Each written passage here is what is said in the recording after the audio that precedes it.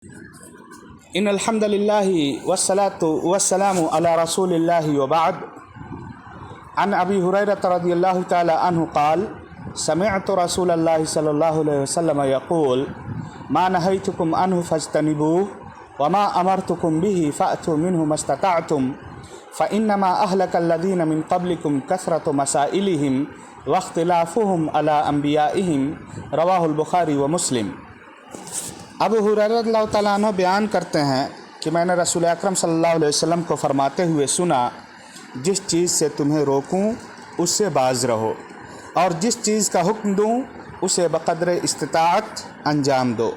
तुमसे पहले लोग कसरत सवाल और अपने अंबिया अलैहिमुस्सलाम से ज़्यादा इख्तलाफ की बिना पर हलाक हुए।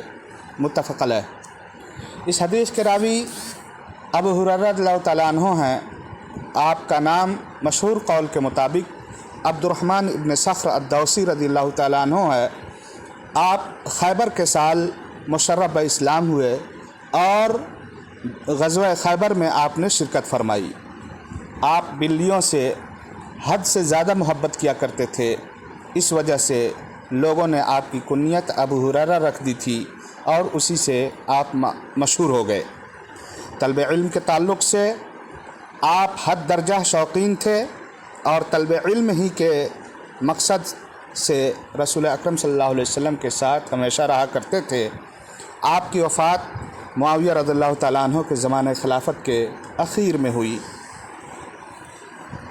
इस हदीस का सबब वरूद यह है कि एक मौके से नबी अकरम सल्लल्लाहु अलैहि वसल्लम ने खुतबा दिया और फरमाया, लोगों तुम पर हज फ़र्ज़ किया गया है। या अय्युहन्नास क़द फ़रज़ल्लाहु अलैकुमुल हज्ज फ़हज्जू, लिहाजा हज किया करो। एक आदमी खड़ा हुआ और कहा, हर साल ऐ अल्लाह के रसूल। आप खामोश रहे हत्ता कि उसने ये बात 3 मरतबा दोहराई। रसूलुल्लाह सल्लल्लाहु अलैहि वसल्लम ने फरमाया, अगर मैं कह देता हाँ तो वाजिब हो जाता। यानी जो तुमने सवाल किया कि क्या हज हर साल वाजिब है, उसके जवाब में हाँ अगर कह देता तो गोया कि हर साल हज वाजिब करना वाजिब हो जाता, हज अदा करना वाजिब हो जाता और तुम उसकी इस्तिताअत न रखते। फिर आप सल्लल्लाहु अलैहि वसल्लम ने फरमाया, तुम मुझे इसी बात पर रहने दिया करो जिस पर मैं तुम्हें छोड़ दूँ। तुमसे पहले लोग कसरत सवाल और अपने अंबिया कराम से ज़्यादा इख्तलाफ की बिना पर हलाक हुए। जब मैं तुम्हें किसी बात का हुक्म दूँ तो बक़द्र इस्तिताअत उसे करो और जब किसी चीज़ से मना करूँ तो उसे छोड़ दो। ये सही मुस्लिम की हदीस नंबर 1337 है। तो गोया कि अल्लाह के रसूल सल्लल्लाहु अलैहि वसल्लम ने यह हदीस एक शख्स के जवाब में बयान फरमाई थी, जिसने अल्लाह के रसूल सल्लल्लाहु अलैहि वसल्लम के एक हदीस बयान करने पर उसने एक सवाल किया था कि क्या हज हर साल वाजिब है। तो उसके इस सवाल के मौके पर अल्लाह के रसूल सल्लल्लाहु अलैहि वसल्लम ने यह हदीस बयान फरमाई थी। यह हदीस इब्न हिब्बान में भी मौजूद है। अलबत्ता इब्न हिब्बान की रवायत में यह इजाफ़ा है कि उस मौके से अल्लाह रब्बुल इज़्ज़त ने यह आयत करीमा नाजिल फरमाई कि या अय्युहल्लज़ीना आमनू ला तसअलू अन अशियाअ तुब्दलकुम तसुकुम व इन तसअलू अन्हा हीना युनज़्ज़लुल क़ुरआन तुब्दलकुम अफ़ल्लाहु अन्हा वल्लाहु गफ़ूरुन हलीम। सूरह माइदा आयत नंबर 101 है कि ए ईमान वालो, ऐसी बातें मत पूछो कि अगर तुम पर ज़ाहिर कर दी जाएं तो तुम्हें नागवार हों, और अगर तुम ज़माने नुज़ूल क़ुरआन में इन बातों को पूछोगे तो तुम पर ज़ाहिर कर दी जाएंगी। गुज़श्ता सवालात अल्लाह ने माफ़ कर दिए हैं। अल्लाह बड़ी मग़फ़िरत वाला, बड़े हिल्म वाला है। इस हदीस में रसूल अकरम सल्लल्लाहु अलैहि वसल्लम ने इरशाद फरमाया, अल्लाह ने जिन उमूर को हराम किया है उन्हें छोड़ दो। यकीनी तौर पर एक मुसलमान हराम चीज़ों से बचता है और उस पर बचना ज़रूरी भी है। अलबत्ता शरीयत इस्लामिया ने जिन चीज़ों से रोका है उनकी हुर्मत ज़रूरत के वक्त साक़ित हो जाती है। जैसा कि अल्लाह रब्बुल इज़्ज़त ने एक दूसरी आयत करीमा में इरशाद फरमाया है कि वमा लकुम अल्ला ताकुलू मिम्मा ज़ुकिरा स्मुल्लाहि अलैहि वक़द फ़स्सला लकुम मा हर्रम अलैकुम इल्ला मस्तुरिरतुम इलैहि व इन्न कसीरन लयुज़िल्लून बिअहवाइहिम बिग़ैरि इल्म इन्न रब्बका हुवा अअलमु बिल मुअतदीन। सूरह अनाम की आयत नंबर 119 है कि और आखिर क्या वजह है कि तुम ऐसे जानवर में से न खाओ जिस पर अल्लाह का नाम लिया गया हो, हालांकि अल्लाह ने उन सब जानवरों की तफसील बता दी है जिनको तुम पर हराम किया गया है, मगर वह भी जब तुम्हें सख्त ज़रूरत पड़ जाए तो हलाल है। और ये यकीनी बात है कि बहुत से आदमी अपने ख़यालात पर बिला किसी सनद के गुमराह करते हैं। इसमें कोई शुबा नहीं कि अल्लाह ताला हद से निकल जाने वालों को खूब जानता है। गोया कि अल्लाह रब्बुल इज़्ज़त ने जिन चीज़ों को हराम करार दिया है वो हराम करदा चीज़ें भी ज़रूरत के वक्त हलाल हो जाती हैं, ज़रूरत के वक्त उनकी हुर्मत साक़ित हो जाती हैं। लेकिन वो ज़रूरतें इस्लाम में कौन कौन सी हैं? तो इंसान को अपने दीन की हिफाजत मकसूद हो, नफ्स की हिफाजत मकसूद हो, नस्ल पे कोई ख़तरा हो उसे बचाने की ज़रूरत दरपेश आ जाए, माल को बचाने की ज़रूरत दरपेश आ जाए, या अक्ल की हिफाजत, अक्ल पे कोई हमला हो रहा हो और उसकी हिफाजत दरपेश हो, तो ऐसी सूरत में जिन चीज़ों से रोका गया है उनकी हुर्मत या उनकी जो हुर्मत है वो साक़ित हो जाती है। अब एक दूसरी बात यह है कि वो ज़रूरतें हैं जिनकी बुनियाद पर मना करदा यानी जिन चीज़ों से रोका गया है वो चीज़ें हलाल हो जाती हैं। उन ज़रूरतों की भी चंद क़ुयूद हैं, कुछ ज़ाब्ते हैं। ऐसा नहीं कि एक इंसान अपने हिसाब से किसी चीज़ को कह दे कि ये मेरे लिए ज़रूरी था तो मैंने इसे अंजाम कर लिया, हालांकि वो हराम है। यानी ये ज़रूरत ऐसा नहीं है कि इंसान की उसकी ख्वाहिश पर मबनी है, नहीं, बल्कि इस ज़रूरत के भी कुछ ज़ाब्ते उलमाए किराम ने बयान फरमाए हैं। अगर इंसान की ज़रूरत उन ज़ाब्तों के मुवाफ़िक है तो ऐसी सूरत में वो शख्स उस हराम काम को कर सकता है। जैसे वो ज़ाब्ते कौन कौन से हैं? पहली चीज़ यह है कि उस हराम शय के अलावा कोई दूसरी चीज़ मौजूद ना हो, यानी इंसान किसी हराम काम को करने के लिए मुस्तर हो जाए और उस हराम काम का कोई बदल भी ना हो। जैसे कोई शख्स बहुत भूखा है और इतना भूखा है कि भूख की शिद्दत की वजह से उसकी जान जाने का ख़दशा हो और उसके पास मुर्दार या सूअर के अलावा कोई चीज़ ना हो, सूअर के गोश्त के अलावा कोई चीज़ ना हो, तो ऐसी सूरत में वो शख्स अपनी जान बचाने के लिए मुर्दार जो कि हराम है, सूअर का गोश्त जो कि हराम है, इन चीज़ों को इस्तेमाल कर सकता है। इसी तरह से उस हराम चीज़ से उसकी ज़रूरत पूरी हो। ऐसा नहीं कि कोई हराम चीज़ है और उसको इस्तेमाल कर रहा है लेकिन उससे उसकी ज़रूरत पूरी नहीं हो रही है। जैसे कोई शख्स खूब प्यासा है, इतना प्यासा है कि उसके जान जाने का अंदेशा हो और उसके पास शराब मौजूद हो, तो क्या वो शख्स प्यास की शिद्दत में शराब पी सककर अपनी जान बचा सकता है?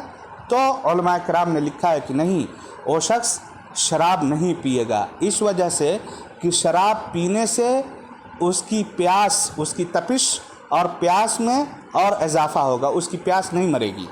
तो इस वजह से ऐसे शख्स के लिए उलमाए किराम ने लिखा है कि वो शख्स शराब पी करके अपनी प्यास को, अपनी जान को नहीं बचाएगा और ना उसकी जान उस सूरत में बचेगी। तीसरी सूरत यह है, तीसरा ज़ाब्ता या तीसरा क़ैद यह है कि हराम शय को बक़द्र ज़रूरत इस्तेमाल किया जाए। ऐसा नहीं कि इंसान अब किसी हराम काम को ज़रूरत की बुनियाद पर इस्तेमाल कर रहा हो तो खूब पेट भर के मुर्दार खाए या पेट भर के सूअर का गोश्त खाए, नहीं, बस ज़रूरत के मुताबिक इस्तेमाल करेगा, उतना ही इस्तेमाल करेगा जिससे कि उसकी जान बच जाए। नीज़ एक बात और याद रखने की है कि जिन चीज़ों से शरीयत ने रोका है उनकी दो किस्में हो सकती हैं।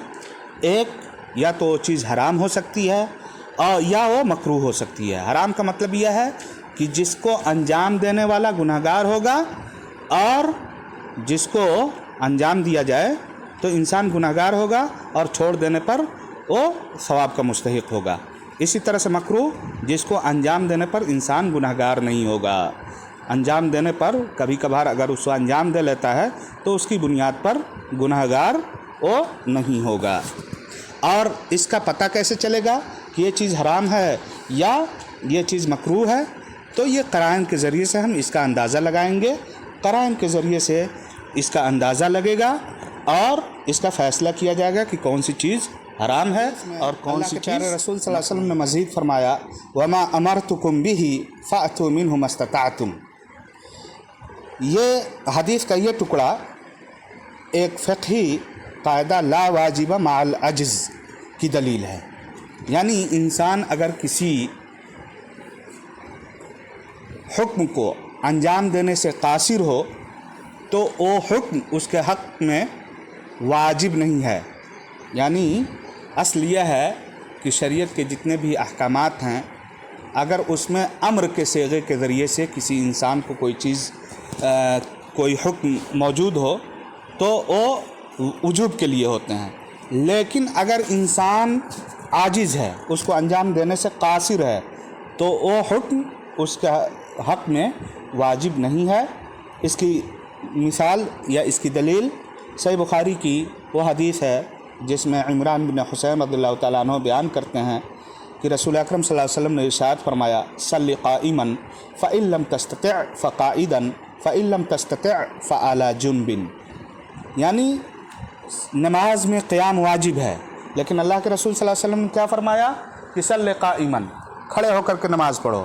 اگر کھڑے ہو کر کے نماز نہیں پڑھ سکتے ہو تو بیٹھ کر نماز پڑھو، اور اگر بیٹھ کر کے نماز نہیں پڑھ سکتے ہو تو پہلو پر لیٹے لیٹے نماز پڑھو۔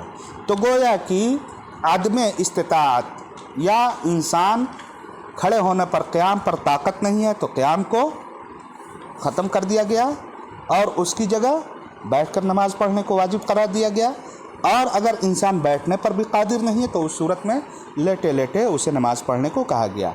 اللہ رب العزت نے ایک آیت میں ارشاد فرمایا ہے، مشہور آیت ہے کہ لا یکلف اللہ نفسا الا وسعها، سورہ بقرہ کی آیت نمبر 286 ہے کہ اللہ رب العزت کسی بھی نفس کو اس کی طاقت سے زیادہ مکلف نہیں کیا کرتا ہے۔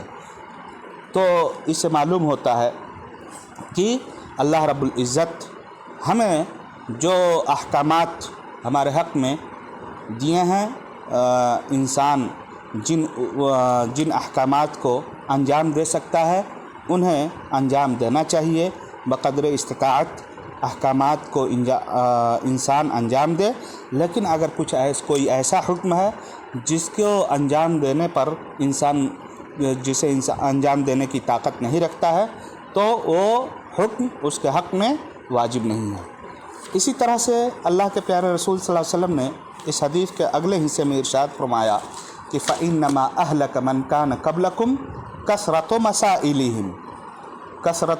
مَسَائِلِهِمْ، کہ تم سے پہلے کے لوگ یا تم سے پہلے کی قومیں زیادہ سوال کرنے کی وجہ سے ہلاک ہوئی ہیں۔ انسان جو بھی سوالات کرتا ہے اس کی دو نوعیت ہوتی ہے، یا تو مسائل میں وضاحت طلب کرے، یعنی کسی بھی مسئلے کے تعلق سے پوچھ رہا ہے اور اس کا مقصود یہ ہو کہ اس مسئلے میں وہ تشفی حاصل کرے، اس مسئلے کے تعلق سے آگاہی حاصل کرے، تو یہ سوال مطلوب ہے، جیسا کہ عمر رضی اللہ تعالیٰ عنہ نے اور دیگر صحابہ کرام نے شراب کی حرمت کے موقع سے اللہ کے رسول صلی اللہ علیہ وسلم سے سوال کیا۔ لیکن اگر کوئی انسان صرف شوقیہ سوال کر رہا ہے، ایسی چیز پوچھ رہا ہے جس کا کہیں وجود نہیں ہے، فرضی سوال کر رہا ہے، تو یا یہ کہ اس کی بنیاد پر تشدد میں پڑنے کا اندیشہ ہو، تو ایسی صورت میں یہ سوال درست نہیں ہے۔ جیسا کہ بنو اسرائیل کو کہا گیا کہ وہ ایک گائے ذبح کریں، لیکن اس گائے کے تعلق سے بے جا انہوں نے ایسے سوالات کیے کہ ان کے اوپر سختیاں بڑھتی گئیں، تو اس طرح کا سوال سے روکا گیا ہے۔ ایک حدیث میں ہے کہ ان اعظم المسلمین جرما من سأل عن شيء لم يحرم فحرم من اجل مسئلته، یہ متفق علیہ روایت ہے کہ سب سے بڑا مجرم وہ انسان ہے کہ جو کسی چیز کے بارے میں سوال کرے اور وہ چیز اس سے پہلے حرام نہیں تھی، لیکن صرف اس کے سوال کرنے کی وجہ سے وہ چیز حرام کر دی گئی، تو یہ شخص مسلمانوں میں سب سے بڑا مجرم ہے۔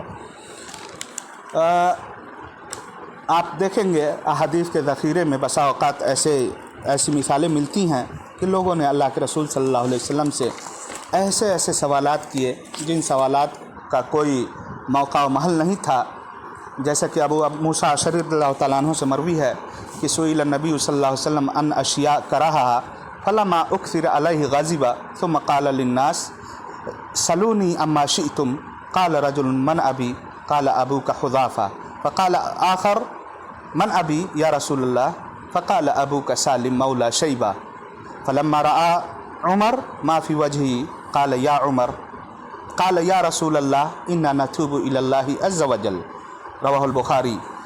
ایک موقع سے لوگوں نے اللہ کے رسول صلی اللہ علیہ وسلم سے مختلف سوالات کیے، اللہ کے رسول صلی اللہ علیہ وسلم ناراض ہو گئے اور اللہ کے رسول صلی اللہ علیہ وسلم نے کہا کہ جو پوچھنا ہو جلدی جلدی پوچھو۔ تو ایک صاحب آتے ہیں، انہوں نے پوچھا کہ اللہ کے رسول میرے والد کون ہیں؟ اللہ کے رسول نے بتایا کہ تمہارے والد فلاں صاحب ہیں۔ پھر ایک صاحب نے یہی سوال کیا، اللہ کے رسول نے اس کا بھی جواب دیا۔ عمر رضی اللہ تعالیٰ عنہ نے نبی اکرم صلی اللہ علیہ وسلم کے چہرے کو دیکھ کر کے بھانپ لیا کہ اللہ کے رسول صلی اللہ علیہ وسلم ناراض ہیں، تو عمر رضی اللہ تعالیٰ عنہ نے کہا کہ انا نتوب الی اللہ، ہم اللہ کے حضور توبہ کرتے ہیں کہ آپ کو کوئی بات ناگوار گزر رہی ہے۔ اسی طرح سے مشہور حدیث ہے کہ اللہ کے رسول صلی اللہ علیہ وسلم نے کہا ہے کہ لن یبرح الناس یتساءلون حتی یقولوا ھذا اللہ خالق کل شیء فمن خلق اللہ۔ بیجا سوالات کے ذریعے سے انسان کہاں تک پہنچتا ہے، اس حدیث میں اللہ کے پیارے رسول صلی اللہ علیہ وسلم نے اس کو بیان کیا گیا ہے کہ انسان ایک دوسرے سے بیجا سوالات کرتے رہیں گے، یہاں تک کہ کہیں گے کہ اللہ کے بارے میں تو ہم جانتے ہیں کہ اللہ ہر چیز کا خالق ہے، اچھا اللہ کو کس نے پیدا کیا؟ تو اسی وجہ سے اللہ کے پیارے رسول صلی اللہ علیہ وسلم نے قیل و قال اور کثرت سوال، بیجا سوالات سے منع فرمایا ہے۔ یہ انتہائی عظیم حدیث ہے، اس حدیث کے مشتملات کو ہمیں سمجھنے کی ضرورت ہے، اور اسی اللہ کے رسول صلی اللہ علیہ وسلم کے جتنے بھی اوامر ہیں یا شریعت اسلامیہ کے جتنے بھی اوامر ہیں انہیں انجام دینے، نواہی سے باز رہنے کی ضرورت ہے۔ اسی طرح سے کثرت سوال اور انبیاء کرام سے اختلافات سے باز رہنے کی ضرورت ہے۔ اللہ رب العزت سے دعا ہے کہ بار الہ تو ہمیں کہنے سننے سے زیادہ عمل کرنے کی توفیق ارزانی فرما، آمین۔ والسلام علیکم ورحمۃ اللہ وبرکاتہ۔